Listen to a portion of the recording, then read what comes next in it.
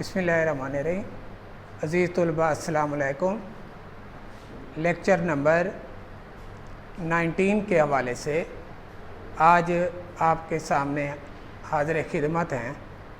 आज का जो टॉपिक है सब्जेक्ट बायोलॉजी के हवाले से, biology and services of Mankind.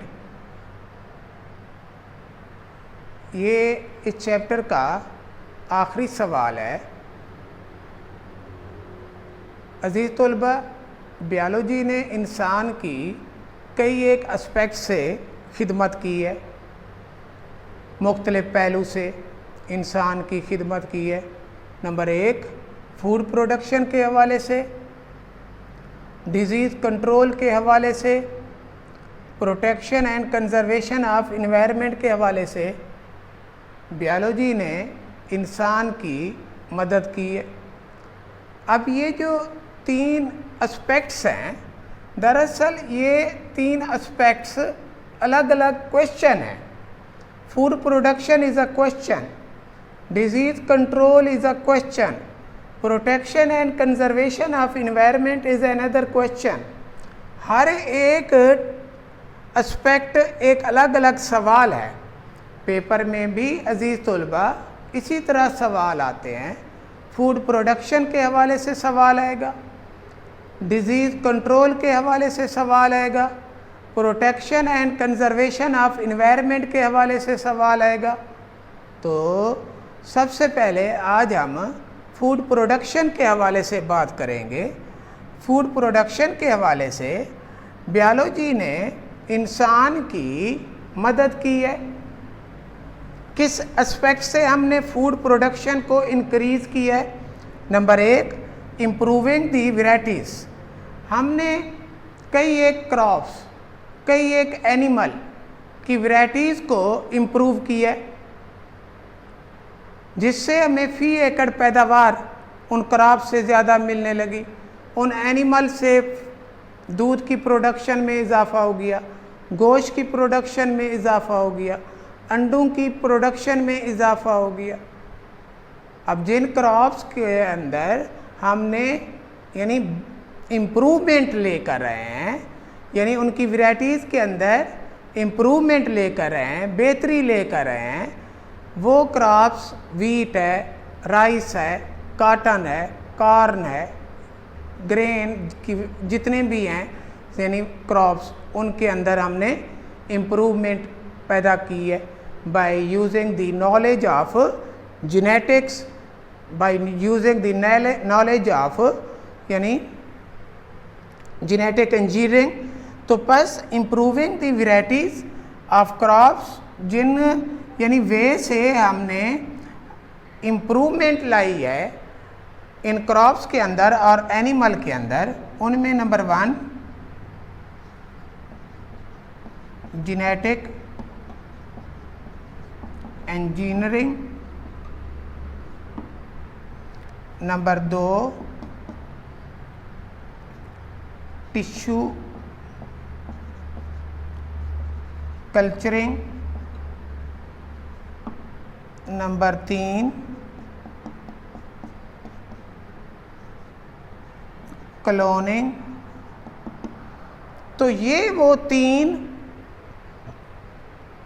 वे हैं जिनके ज़रिए हमने क्रॉप्स और एनिमल की वैरायटीज़ के अंदर इम्प्रूवमेंट जो है वो पैदा कराई है। अब जेनेटिक इंजीनियरिंग है क्या?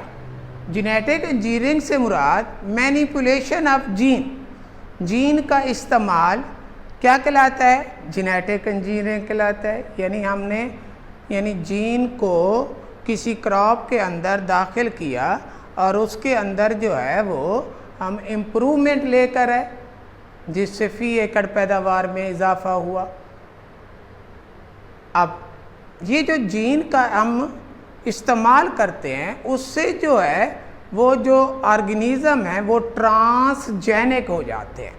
यानी उनके अंदर जो है फॉरेन जीन जब हम दाखिल करते हैं तो उनका जीनोम ट्रांस हो जाता है। ट्रांस का मतलब होता है तब्दील हो जाना।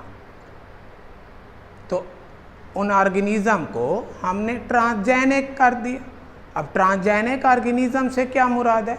The organism that have had foreign gene is called transgenic organism.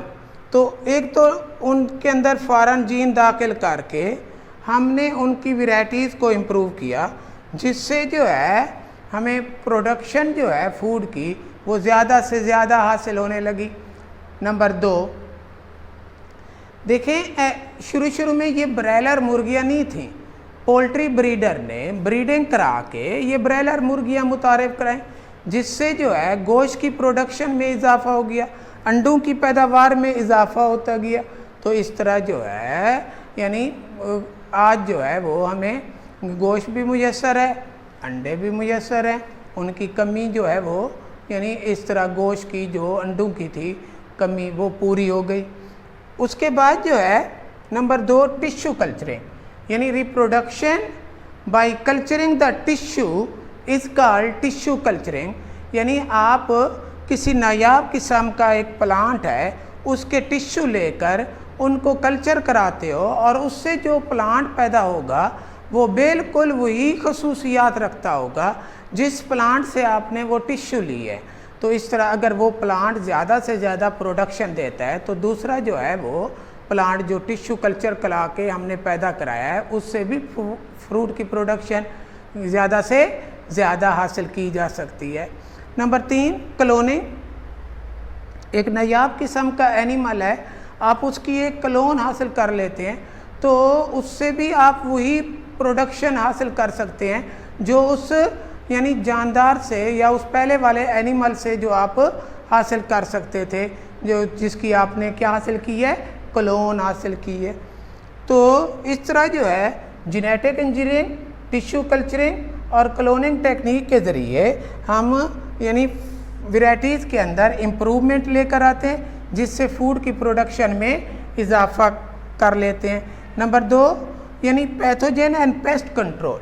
Pathogen और पेस्ट ऐसे जानदार जो डिज़ीज़ काज करें और प्लांट को कमज़ोर कर दें, और जब प्लांट कमज़ोर हो जाएगा तो उससे प्रोडक्शन ऑफ फूड जो है वो कम हो जाएगी। तो अगर हम पैथोजन और पेस्ट पर काबू पा लें तो उससे जो है फूड की प्रोडक्शन में इजाफा कराया जा सकता है। अब ये जो पैथोजन और पेस्ट पर काबू पाने के जो तरीक़ाकार हैं वो मुख्तलिफ हैं। उनमें नंबर 1 पेस्टिसाइड का इस्तेमाल करते हैं। पेस्टिसाइड्स का the chemical that are use to kill the pest call pesticide. अब मार्केट में ये पेस्टिसाइड मुख्तलिफ शक्लों में मिलते हैं, हर्बिसाइड की शक्ल में, फंजीसाइड की शक्ल में, इसके अलावा जो है पेस्टिसाइड पेस्ट की शक्ल में, पेस्ट को ख़त्म करने इंसेक्टिसाइड की शक्ल में मिलते हैं। तो इंसेक्टिसाइड, फंजीसाइड, हर्बिसाइड की शक्ल में ये पेस्टिसाइड पाए जाते हैं। अगर इनका स्प्रे करें तो उससे जो है पैथोजन और पेस्ट ख़त्म हो जाते हैं और जिससे फ़ी एकड़ पैदावार जो है वो हम ज़्यादा से ज़्यादा हासिल कर सकते हैं। लेकिन इसका एक साइड इफ़ेक्ट ये है कि जब हम इनका स्प्रे करते हैं तो कुछ टॉक्सिक केमिकल एयरबॉर्न हो जाते हैं, यानी हवा में ठहर जाते हैं, और उस हवा में जब कोई सांस लेगा तो वो केमिकल जो है वो बॉडी के अंदर चले जाते हैं और उससे जो है वो कार्सिनोजेनिक भी हो सकते हैं, कैंसर काज करने का बायस बन सकते हैं, वो कैंसर काज कर सकते हैं। तो लिहाजा ज़रूरत इस अमर की है कि इन पेस्टिसाइड का इस्तेमाल जो है वो यानी जो तहकीकाती इदारे हैं उनकी हिदायत पर किया जाए, और अगर आप फ्रीक्वेंटली इस्तेमाल करते हैं तो उससे फ़ायदे की बजाय यानी नुकसान भी हो सकता है। उसके बाद जो है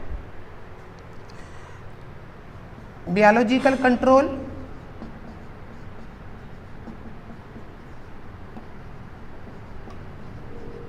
बायोलॉजिकल कंट्रोल यानी एक लिविंग ऑर्गेनिज्म से उस लिविंग ऑर्गेनिज्म को ख़त्म करना जो बीमारी का बायस बनता है, that is called biological control.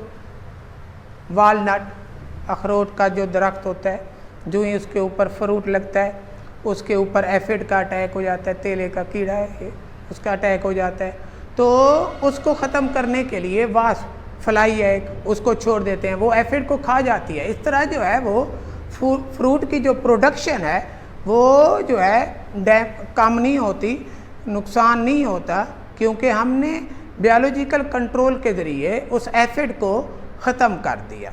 उसके बाद जो है कुछ बैक्टीरिया जो हैं